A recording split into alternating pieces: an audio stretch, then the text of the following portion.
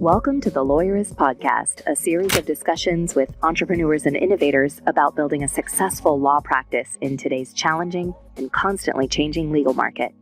Lawyerist supports attorneys building client-centered and future-oriented small law firms through community, content, and coaching, both online and through the Lawyerist Lab. And now, from the team that brought you the Small Firm Roadmap and your podcast hosts.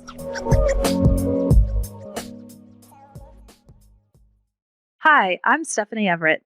And I'm Zach Glazer. And this is episode 469 of the Lawyerist podcast, part of the Legal Talk Network. Today, Stephanie talks with Brian Cuban about his book, The Addicted Lawyer.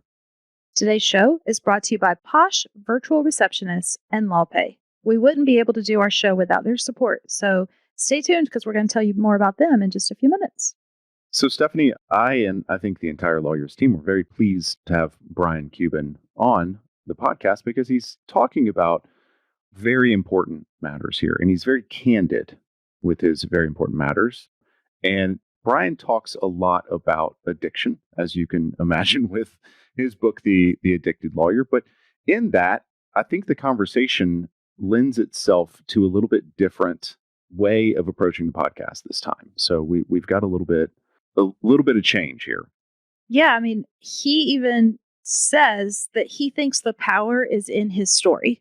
Mm-hmm. Like him being so honest and open about where he got to where he is now is part of what he does and what he teaches. And so I think what people are about to hear is that our conversation starts out and he very openly tells his story. And to be honest, it flows a little different from our normal sort of back and forth conversations we have for people. And when I was having this conversation with him, it never felt appropriate for me to say, hey, let's take a break and hear from our sponsors. Like, it's just not how our story went.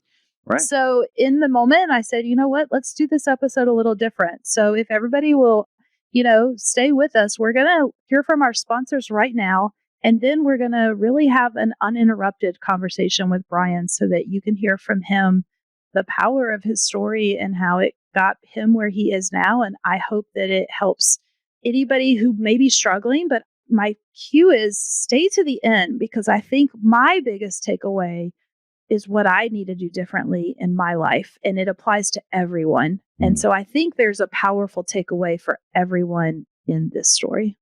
I think that's a good point, is that, we can all be on different levels of the spectrum as it relates to this topic. But it is, in my mind, important for every single person out there. Yeah. So let's take a listen to the messages from our sponsors, and then you'll hear my conversation with Brian. The Lawyerist podcast is brought to you by Posh Virtual Receptionists. As an attorney, do you ever wish you could be in two places at once? You could take a call while you're in court, capture a lead during a meeting, or schedule an appointment with a client while you're elbow deep in an important case? Well, that's where Posh comes in. Posh is a team of professional, U.S.-based live virtual receptionists who are available 24/7, 365. They answer and transfer your calls, so you never miss an opportunity. With Posh handling your calls, you can devote more time to billable hours in building your law firm. And the convenient Posh app puts you in total control of when your receptionist steps in. So if you can't answer, Posh can. And if you've got it, Posh is always just a tap away. With Posh, you can save as much as 40% off your current service provider's rates. Even better, Posh is extending a special offer to Lawyerist listeners. Visit posh.com/Lawyerist to learn more and start your free trial of Posh Live Virtual Receptionist services. That's posh.com/Lawyerist. And by LawPay. Don't be the last to discover why the legal industry is raving about LawPay Pro. Say goodbye to manually recording your working hours and chasing down late payments. Accurately track time, reclaim billable hours, and get paid faster with all the billing and invoicing features you need in one easy-to-use tool. Plus, plans start as low as $19 per month per user. Visit www.lawpay.com/lawyerist to learn more. As a lawyer, you're working with thousands of client documents, trying to improve collaboration, and looking to leverage technologies that help make your work more efficient, all while keeping your confidential data secure. Experience a better way to work with NetDocuments, the #1 cloud-based document management platform for law firms of all sizes, whether you have one lawyer or dozens. Find out why law firms are increasingly making the switch to NetDocuments to secure, organize, automate, and collaborate on their most important documents, emails, and digital discussions. To learn more, visit netdocuments.com/lawyerist. And for a limited time, Lawyerist listeners get 10% off. Check it out and get started at netdocuments.com/lawyerist. Hey, my name is Brian Cuban. I am a lawyer, although I no longer practice law. I'm a person in long-term recovery from alcohol and cocaine. As of this broadcast, I have over 16 years in long-term recovery. I am a mental health advocate and addiction recovery advocate, primarily in the legal field. I'm also an author. I've written a couple books, my memoir called The Addicted Lawyer, and my foray into novels, legal thrillers, called The Ambulance Chaser. Nice. Well, welcome to the show, Brian. I am so delighted to be able to talk to you today. For those who might not be as familiar with your story, obviously you mentioned it in your intro, but maybe you could briefly share your journey with us and how you got to where you are today. Sure.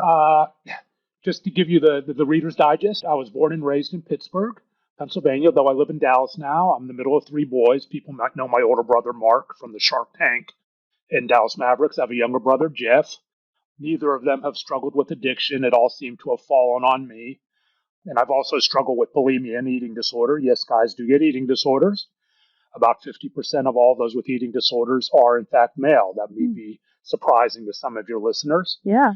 By 18, I was struggling at Penn State University. I was struggling with alcohol. And by the time I graduated from Penn State, I was a full-blown, quote-unquote, alcoholic, alcohol use disorder.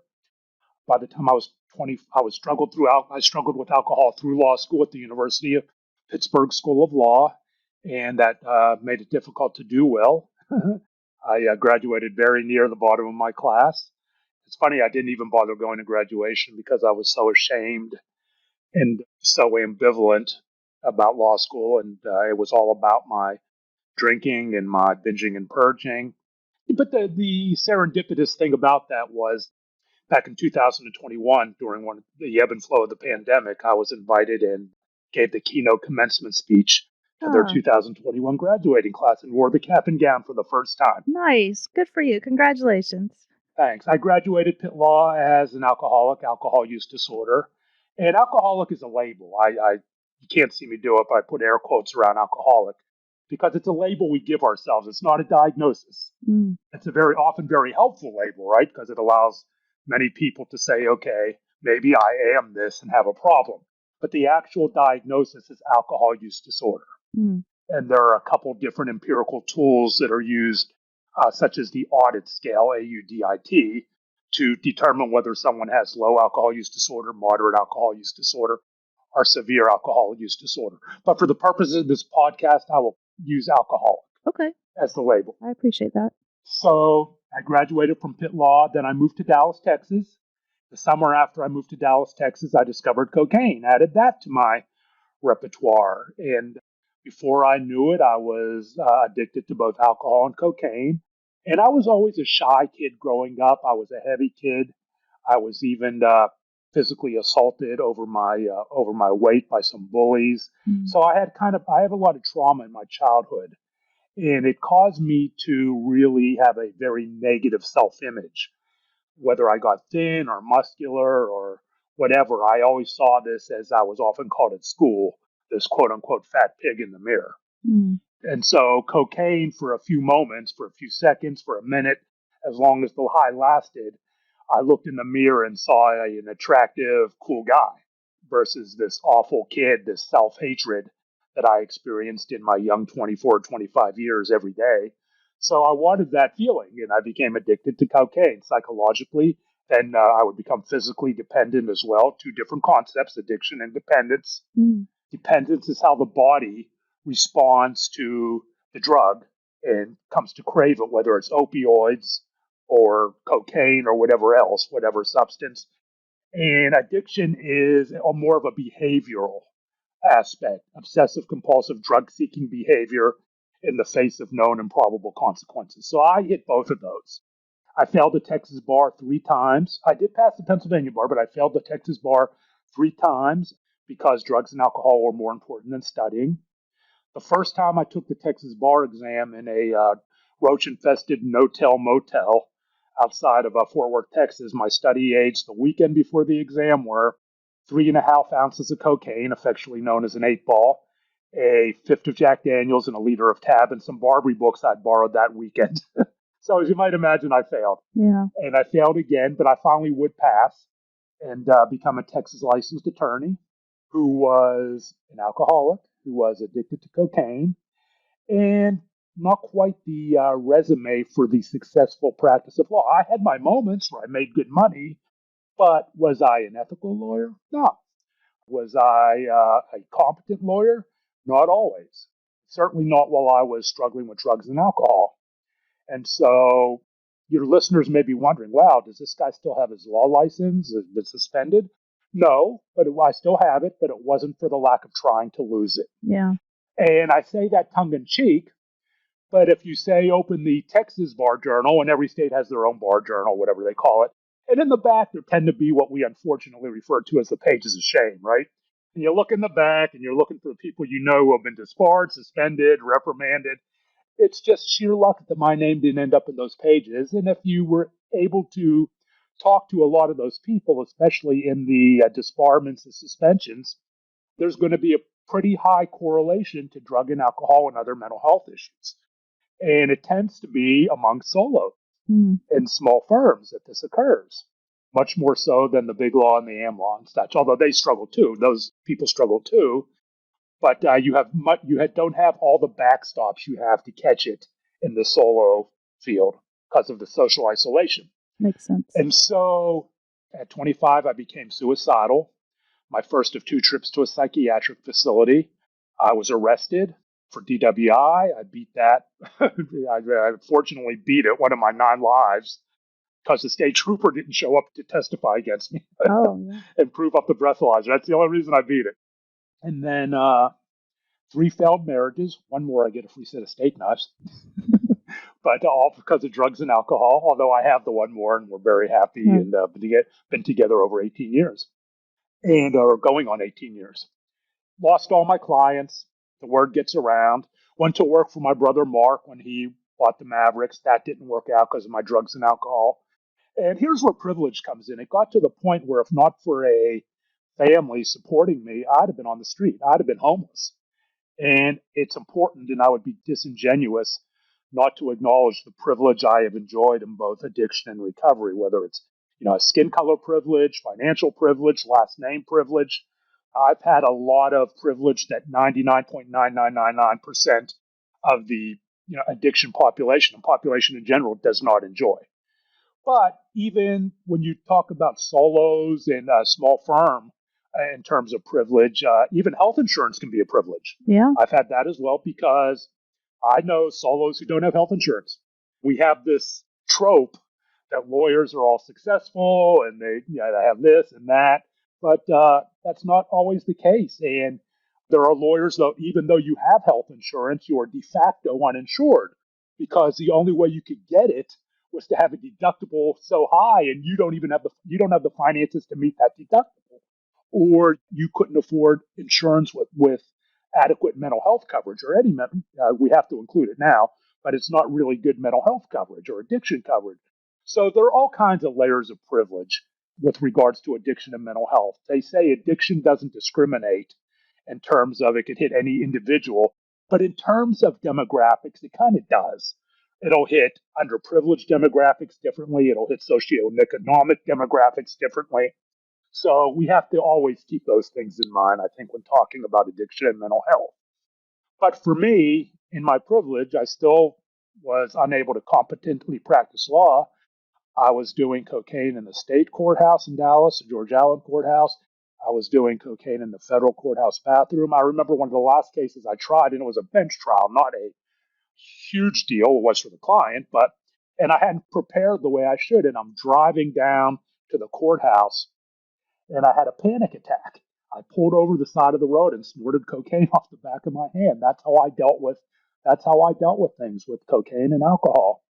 And so it got to the point where I was just existing. I was not practicing law. I really was just being supported by my family. And then in the Easter weekend 2007, or I'm sorry, it was January 2006, I was out at one of my week-long birthday bashes that started when the cocaine came into my possession and ended when the cocaine was gone. And I was out and I met a girl and she didn't drink and drank light, didn't do drugs, and we started dating. I guess I wore one of the last kind of Phantom of the Opera masks to convince her that I was this upstanding, respectable lawyer, and I wasn't. And we started dating. We moved in together, and I remember when she moved in with me. One of my friends said, and this was 2006. One of my friends said, "You do what you do. She doesn't do what you do. How's that going to work?" Mm. And I said, "Well, I'm going to stop." And so now we're in 2006, and my first line of cocaine was in 1987, and I'm finally entering the stages of change where I'm starting to think about this. But you can move in and out of the stages of change. And I moved right back out of it. She moved in with me. I'm just hiding it better. And people may ask, well, how do you hide that? You're living with someone, you're married. I talk to lawyers all the time. Their spouses may suspect or this or that, but they're hiding their cocaine use, they're hiding their opioid use, they're hiding their drinking to the degree they can, or they think they are, right? They think they are, and I thought I was. I know she suspected that something wasn't right. And it was Easter weekend 2007. She went away for the weekend to visit her parents. I went out, and the next thing I know, it was 2 days later. And I'm lying in bed. She's looking down at me. It's now Sunday evening, late afternoon, and she left Friday. I'd had an alcohol and drug-induced blackout. And there was cocaine on the dresser. There was Xanax, black market Xanax, because I was cocaining through the night and Xanaxing through the day. I've gone to hearings under the influence of Xanax and still high on cocaine. I remember I got called down to a temporary ex parte TRO hearing where I just popped a Xanax. I went down there and I'm like, blah, blah, blah, blah, blah, blah, blah. And the judge said, TRO denied. Fortunately, it was one that I was going to win regardless. And that's life, and that's not on you. Where addiction is concerned in the legal profession, you think I'm a unicorn, but that's not unusual. Yeah. That is not unusual. Were other counsel, aware? I mean, you talked about hiding it from this woman that you were seeing, but some might just be surprised to see, like, wow, somebody could show up high on cocaine and Xanax and function in a courtroom. Function is a very relative term. Yeah, fair. Okay. There's what I call the Peter principle of addiction in the legal profession. And this can apply to any profession, any job. So let's say you're working for a firm. Let's say you're billing. When you're running on all cylinders, you're sober, you're giving $1.10 for $1, right? You're just killing it. All of a sudden, drinking starts creeping in, and all of a sudden it's 90 cents for $1. All of a sudden it's 80 cents for $1. All of a sudden then you're giving 60 cents and 50 cents, right? And so what happens is the Peter principle, we work up to our level of incompetence, and then we're supposed to, when we hit that level, absorb information, get that information and work higher, right? That's how we advance in organizations. Mm-hmm. But what happens is with addiction, that line of incompetence keeps dropping, gets lower to the floor. And instead of saying, maybe I have a problem, we kneel. We kneel under it so we could tell ourselves we're still giving that $1 for $1 and everything's great. So at what point do people see that? Mm-hmm. In the courtroom, in the law firm, whether it's a colleague, if you're a solo, it might be in the courtroom because you may not interact, or a spouse. Well, they may see it halfway up. They may see it 3/4 up, but will they say anything? Maybe I'm wrong. I don't know. I don't want to get involved. So there are all kinds of reasons people give for, tell themselves for not reaching out and saying, are you okay? So I don't know that anyone didn't notice it. Mm-hmm. What I know is no one said, are you okay? Mm-hmm. Does that make sense? It does. And I'm sorry. I think we need to do better. That's probably part of the reason you're out here telling us this stuff. We are doing better. The legal profession as a whole is doing better. But I'll circle over to because this was my rock bottom moment. Okay. So people probably wondering what prompted me. So I have this incident where she's looking down and she didn't know about any of this stuff. And I'm looking around trying to explain this Law and Order episode orgy of evidence that I might not be the person I represented myself to be. And all I could think of was, take me back to blank. And I named the psychiatric facility I'd been to. And she's, well, you've been to a psychiatric facility before? And obviously, well, we'll talk about that later. And so we get down there and she's crying and I'm thinking she's gone. I'd leave. And she stood by me and we dated for over a decade while we rebuilt the broken trust. And now we're going on 6 years of marriage and almost 18 years together. So not all relationships will survive it, but ours was able to. But I had to do the work for me, not for her, not for my cats, not for my parents, for my siblings, because spouses do leave. Mm-hmm. Spouses pass away from diseases, from cancer. Pets die. Parents die. I've experienced many of these things in recovery. And all of those can be triggers for relapse. And it has to be stronger than all of those. But now I'm thinking, okay, should we go down to the psychiatric? We're standing in the parking lot for the second time in my life of this facility. And at that moment, I decided I'd had enough. Why now and not when my brothers dragged me down to the same facility less than 2 years before when they came into my house and I had a .45 automatic on my nightstand?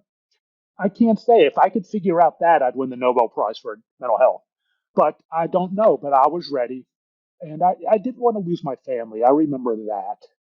And so the next day, I began my journey in the rooms of 12-step. I was also seeing a psychiatrist, and I finally got honest with my psychiatrist. I'd been another privilege, obviously. Lying. Well, why would you lie to your treatment provider, your psychiatrist? Well, shame knows no hourly rate.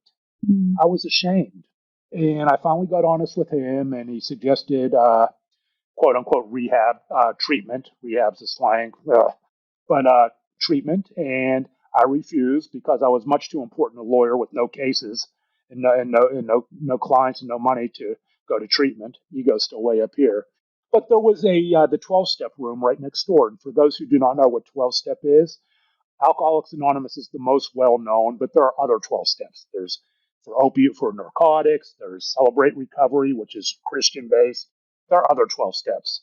There are several others, skipping my mind. And so I walked into the room for the first time, April 8th, 2007. And when I sat down in that chair, crying and I smelled, I wasn't thinking about being an alcoholic.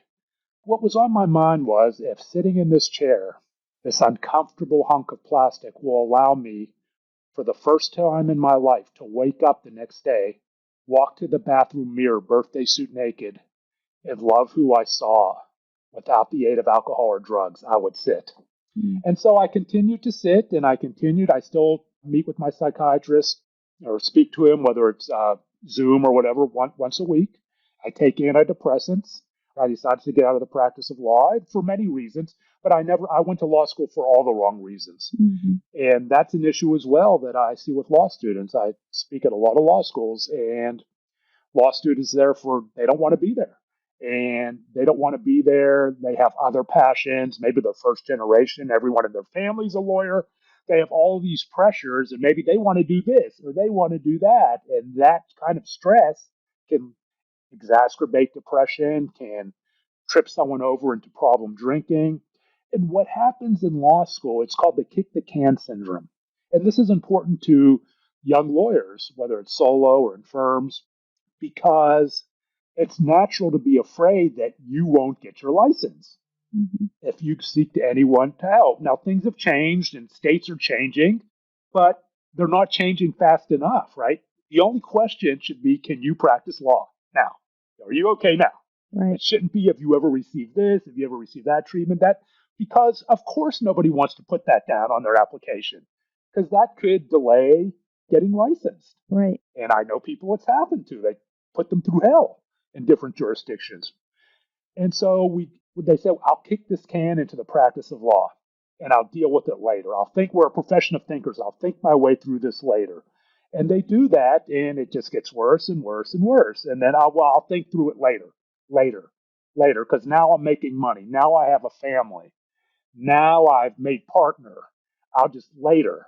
And all of a sudden, the Peter principle of addiction's at play, and it drops off a cliff, right? With malpractice, you wipe someone out on a highway, or all the different things that can happen. You're breathalyzed in the courtroom. See that happen. And now it's not only mental health, but you have the state bar on you. And so that can become a real issue because the state bar's job is they want you to seek help, but their job is to protect the public, protect the integrity of the profession. And so you steal money, you do that, and everyone wants you to get help, but you're done. Yeah. Obviously, you're very vocal with your story now and having written the book. I'm just curious, what do you hope your story can do? What do you want people to take away from hearing this, and what kind of change are we working towards? I want people to know that we do recover, and that as counterintuitive as it seems in the moment, that don't do as I did. The goal should be to recover at the highest possible point, as you're going down, not the lowest possible point. Rock bottom is a misnomer that I hate because we shouldn't be waiting to get disbarred, to commit malpractice, to go to prison before we seek recovery. Let's try up here. And the problem becomes that when you're right in the middle of it, there's very little self-awareness. That's easier said than done. And people who may be struggling with this, listen, yeah, right. It is easier said than done. So it becomes about compassionate community. And as much as my message to the individual struggling, my message is to their community. Who is your community? Surround yourself with people who are not going to turn their head, right? And you have to be willing to look at someone, whether it's a colleague, whether it's and say, are you okay? Or if it's just so bad, say, you're not okay. I don't know why you're slurring your words in front of the judge, but the judge isn't saying, I'm going to say something. You're going to get breathalyzed right in the courtroom, and then you're in real trouble. And it may not be that drastic, but use the 2 ask rules. Say, are you okay? And before that conversation breaks, say, do you know that you can come to me if there's a problem? And if you're really worried, say, are you really okay? How are you really doing? The 3 ask rule with the emphasis. And they may say fine, and they may go on their way, but at least you've opened the door in their mind. You may be the first person that's ever asked if they're okay, and at least you've opened the door. Now the red herring becomes, what do I do with that if they say no? If they say, no, I'm not, I need help. Well, it can't be performance art, obviously, because people know when you're insincere. Right. But we have to take it upon ourselves to understand, at least at a minimum, educate yourself on the lawyer's assistance programs in your jurisdiction and be prepared with that information at a bare minimum. And do not be afraid to call the lawyer's assistance program and let them know about this individual. I've had experienced, savvy, seasoned lawyers told me I'm not calling them because I don't want my name out there that I called, which is just a complete falsehood that that's going to happen. In Texas, you can text to the TLAP, which I sat on their advisory committee for a couple of years, the Texas Lawyers Assistance Program. It's anonymous. And by statute, it is confidential in every single jurisdiction, however they phrase it.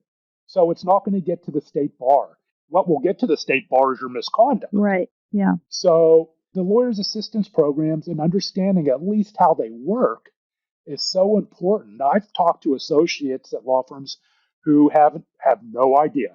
Even today, have no idea.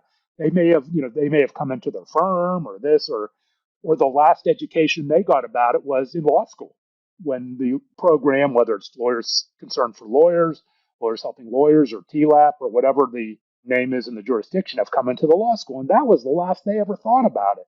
Think about it. Have it ready. Yeah. Have some information at your fingertips, because it may be that colleague that's your best friend that's struggling. You'd get that information for your best friend, right? At a minimum, if it's not about empathy and compassionate community, let's protect the integrity of the profession. Yes.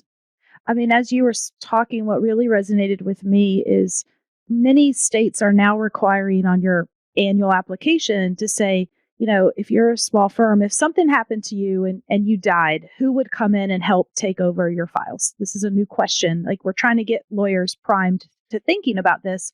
We should have that same question for, if you're struggling, who's your support system? Where would that question be, though?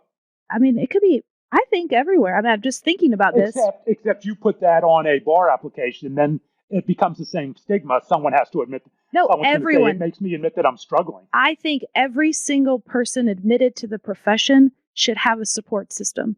And we should. Oh, absolutely. I would ask, practice. Because you don't have to be struggling with addiction to need support, right? I mean, I think that's what I'm hearing you say is let's help people before they hit rock bottom. Absolutely. Absolutely. Everyone should have compassionate community. And when I talk to people, again, I'm not a therapist. I'm only an expert in my own story. But I say, who loves you and who do you love? Because people in the midst of depression may think no one loves them. Well, who's around you? You have my spouse, my kids, this and that. What, you don't think they love you? What are you projecting out? And when it involves depression, that's very tough. I struggle with clinical depression, major depressive disorder, and I still take antidepressants. And I've been suicidal in recovery. Mm-hmm. Mine exist independently of addiction. They're often intertwined, but they can also exist independently. So yeah, compassionate community is so important, whether it's in the profession, whether it's in our daily lives, our family life. Who is you? Who are you surrounding yourself with? And it's like spokes on the wheel, right? For every emotion, for every feeling, who's your person? Who's your person? We generally, when things are at their worst and we're in that black hole, we project out that no one wants to hear. We don't want to bother anyone. And suicidal ideation can come on in a second. I've been there. So that is why compassionate community is so important, to try to plug as many gaps as possible. Yeah. I so love that. It resonates with me. I hope everyone listening, I know people will hear so much in your story, no matter where they are in their path. Everyone needs compassionate community. Absolutely. And especially, I'm a boomer, and especially for boomer aging, right? And you talked about having someone to take over. That's an important question just from a cognitive standpoint. Because that's a really tough when you see somebody, a colleague who's struggling in the courtroom, and it's not alcohol or drugs, it's a cognitive issue as they age, or their office work is their pleadings or whatever. You just notice something. And that's a tough question. Yeah. So having that community who can watch and say, okay, how do we deal with that? And the lawyers' assistance programs can help with that discussion as well, when you see someone who may be struggling with a cognitive issue. Yeah, absolutely. So as we need to wrap up, are there any projects or initiatives or things that you're learning about? One of our values around here is stay curious. And I'm curious about, what's next for you in your journey? Well, I guess one outstanding resource that people are unaware of is the Lawyers Depression Project out of New York City. Mm. They offer anonymous groups, and look it up. Yeah. The Lawyers Depression Project. That is a great online resource. And if you're a lawyer who is just, again, we are a very 12-step oriented community. So, the first thing that comes out of people's minds is always 12-step, and that's fine. Although there are other ways to recover. There are online, such as in the rooms. If you're so afraid of making yourself known, and just remember, those lawyers that you see going in there, they're in there for a reason too, right? When you walk in there, I was so afraid of seeing lawyers I knew, and when I walked in there, half the people in the room were lawyers I knew. They're in there for the same reason. But even in small communities, Texas has a lot of small counties. And in Florida too, I had a Florida lawyer tell me I don't go to 12-step because someone might be on one of those people might end up on my jury. Mm. And I don't want them whatever the reason. There's always a reason not to begin the journey, but that's normal as well before you finally get where you need to be. But there are resources like in the rooms. You can go. Online meetings are much more accessible now since COVID. So utilize the online method where you can just use a pseudonym and have the meeting, where you don't have to show your face. So that's a couple. And as for me, I continue to speak at law firms. I continue to speak at law schools. I've gotten into fiction writing. I'm finishing up the manuscript of my new novel called The Body Brokers. Okay. And no, it's not about harvesting body parts. It's about a lawyer who gets drawn into the world of shady addiction treatment centers that are fronting for fentanyl distribution, that are really fentanyl distribution fronts, trying to solve a murder. Okay. Well, we love a good thriller on our team, so I can't wait to read that. We're going to put all the resources that you just mentioned in the show notes to this episode, and also a link to your book, The Addicted Lawyer. I'm so grateful that you're sharing your story in such a public way. Well, thank you. It's so impactful. Thank you for being with us today. Thank you for having me. The Lawyerist podcast is edited by Brittany Felix. Are you ready to implement the ideas we discuss here into your practice? Wondering what to do next? Here are your first 2 steps. First, if you haven't read the Small Firm Roadmap yet, grab the first chapter for free at Lawyerist.com/book. Looking for help beyond the book? Let's chat about whether our coaching communities are right for you. Head to Lawyerist.com/community/lab to schedule a 10-minute call with our team to learn more. The views expressed by the participants are their own and are not endorsed by Legal Talk Network. Nothing said in this podcast is legal advice for you.